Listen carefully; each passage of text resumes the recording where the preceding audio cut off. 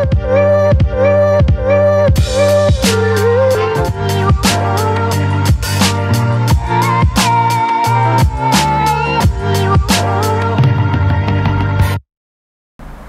sepak bola, teman-teman netizen atau warganet yang saya hormati semuanya. Welcome back ke konten terbaru dari channel YouTube Triple B. Dan di konten terbaru hari ini saya ingin kembali memberikan analisa dari pertandingan Liga Inggris antara Wolves versus Manchester United yang berakhir untuk kemenangan Manchester United secara dramatis dengan skor tipis 3-4. Dengan hasil akhir ini berarti sekarang Manchester United berada di peringkat nomor 7 di klasmen sementara English Premier League. Dan saya yakin teman-teman yang merupakan fans dari MU, jika nonton pertandingan ini dini hari tadi, sudah mengira dan tentunya yakin bahwa MU akan bisa menang dengan minimal selisih 2 gol. Karena dari cara bermain MU, dalam urusan membangun serangan, tampak jelas permainan mereka sangat bagus, teman-teman.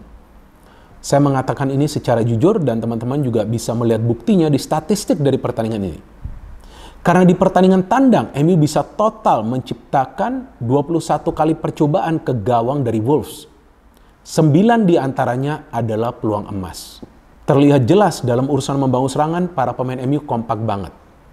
Tapi sesekali ketika Wolves membangun serangan, apalagi serangan balik, adalah sedikit kepanikan ya di lini pertahanan dari Manchester United.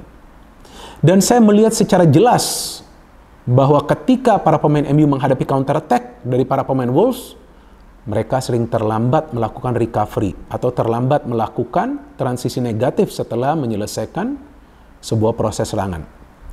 Maka itu 2 dari 3 gol Wolves, salah satunya kan dari penalti. Tapi Wolves bisa mendapatkan penalti ketika mereka membangun counter attack dan tampak Casemiro melakukan kesalahan. Agak panik dia. Kontaknya minimal banget, tapi ya memang kena kaki dari pemain Wolves sehingga itu adalah penalti. Kemudian gol ketiga dari Wolves juga melalui proses counter attack. Gol kedua kan dari corner ya, dari set piece.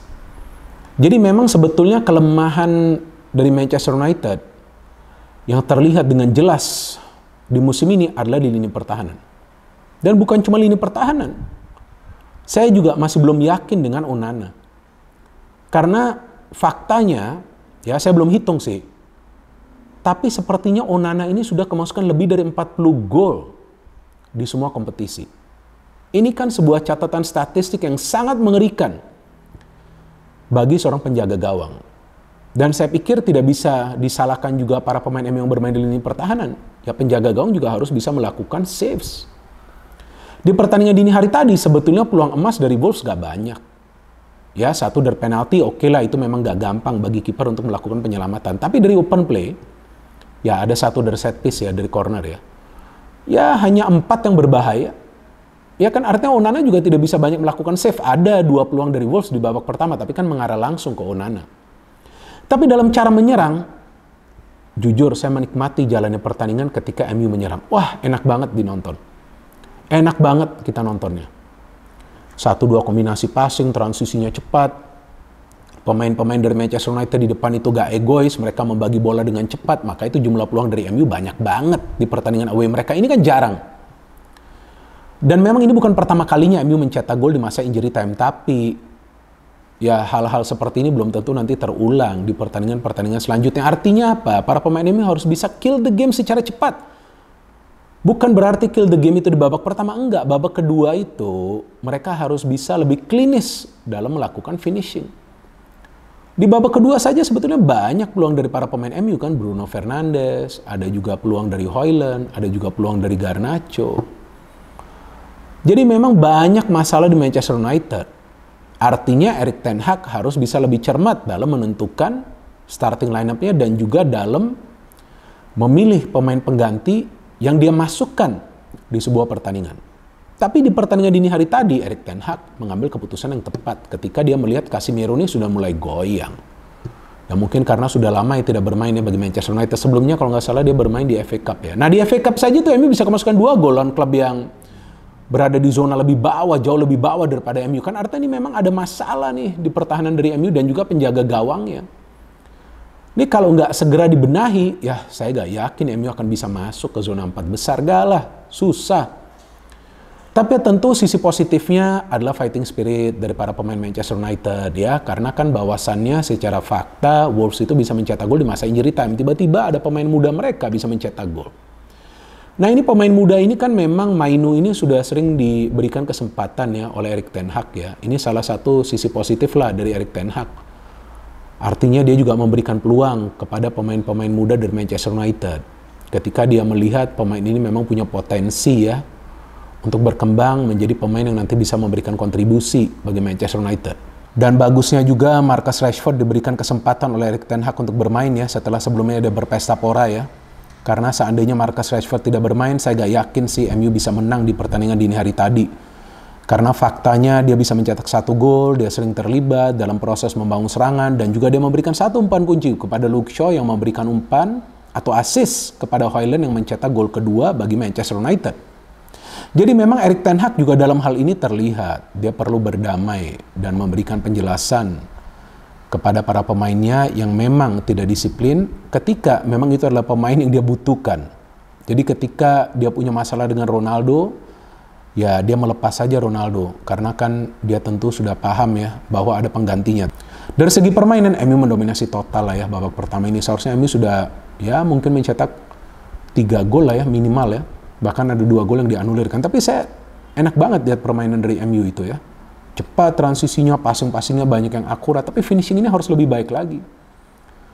Gol pertama ini kan juga cantik ya. Ketika Dalot memberikan umpan, kemudian ada flick atau passing pendek dari Højlund dan Rashford melakukan finishing yang baik. Gol kedua juga bagus, ada kombinasi permainan.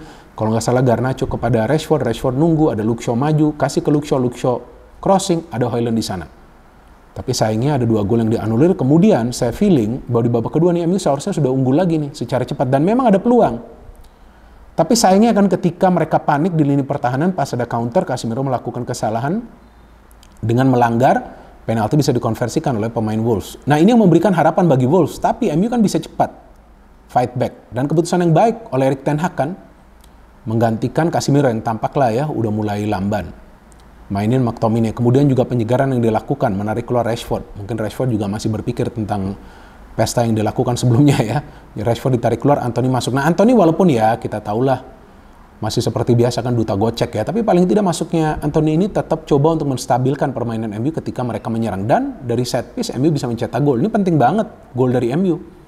Membuat skor menjadi 1-3, tapi tampaknya para pemain MU mulai kehilangan fokus. Dan Wolves memang sebetulnya memanfaatkan hal tersebut ketika dari corner sebetulnya banyak sekali pemain dari MU, tapi lihat aja mereka gak kompak ketika bertahan, beda ketika mereka menyerang. Padahal di pertandingan dini hari tadi ketika menyerang gak egois para pemain MU. Nah akhirnya Wolves bisa mencetak gol, saya pikir udah nih selesai 2-3. Atau mungkin MU nanti cetak gol keempat lah. Ternyata 3-3, gila gak? Nah saya feeling udah nih pertandingan berakhir dengan imbang. Padahal awalnya saya kira MU ini akan menang dengan skor tipis dari awal. Tapi ketika MU sudah unggul 0-2, MU mainnya bagus, saya kira mungkin MU bisa menang nih dengan skor 0-3 atau ya 1-4. Karena mainnya kan bagus banget dalam menyerang. Tapi ketika 3-3, saya kira ini akan draw. Tapi Mainu ini main kok bagus sekali ya jelang pertandingan berakhir loh. Saya gak nyangka loh dia bisa mencetak gol. Bagus banget loh. Sebelumnya McTominay mencetak gol, gelandang bertahan, dan kali ini Mainu mencetak gol. Liak-liuk dia, sampai ke dalam kotak penalti dia melepaskan shooting, placing bola langsung bisa menjebol gawang dari Jose Sa. Ini cantik banget loh golnya. Bagi seorang pemain muda yang sebetulnya tidak selalu mendapatkan kesempatan dari Erik ten Hag. Tapi Erik ten Hag sekarang perlu memikirkan cara bagaimana juga bisa memberikan tempat bagi Mainu secara konsisten. Ya kalau nggak selalu sebagai starter ya paling nggak sebagai pemain pengganti agar pemain ini bisa berkembang secara pesat seperti yang dia berikan sebelumnya kepada Garnacho kan. Tapi overall saya melihat permainan MU nggak buruk ya.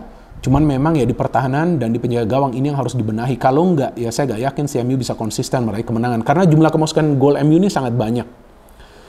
Padahal kita tahu bahwa bagi sebuah tim yang ingin masuk ke zona papan atas atau ya ke zona top 4, defense mereka harus solid. Kalau defense mereka nggak solid, mereka belum tentu akan bisa bersaing di papan atas dan juga belum tentu bisa masuk ke zona 4 besar ya. Kalau mungkin di zona 6 besar atau 7 besar ya bisa seperti sekarang. Tapi kalau mau main di kompetisi antar klub Eropa yang elit seperti Champions League, mau masuk ke zona 4 besar, defense mereka harus solid.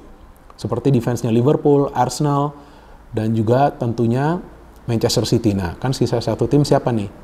Antara MU, Aston Villa, atau juga Tottenham Hotspur kan. Ini persaingannya semakin ketat. Kalau Chelsea sih sudah keluar hitungan, tapi MU masih punya peluang. Nah, artinya jika defense mereka solid, permainan menyerangnya seperti dini hari tadi, maka bukan tidak mungkin MU akan kembali bersaing di papan atas. Bukan untuk juara, tapi untuk bisa stay di top 4 zone. Yang menarik nanti kita tunggu next match dari Manchester United. Dan tentu fans MU juga berharap MU bisa konsisten. Saya pun berharap MU bisa konsisten agar ikut meramaikan persaingan di papan atas. Dan kalau bagi saya teman-teman, man of the match di pertandingan dini hari tadi dari Manchester United adalah Bruno Fernandes. Walaupun dia tidak mencetak gol, tapi dia begitu aktif dalam membangun transisi positif dan dia memberikan banyak sekali umpan kunci. Dan bagusnya bagi Manchester United, dia tidak egois di pertandingan dini hari tadi.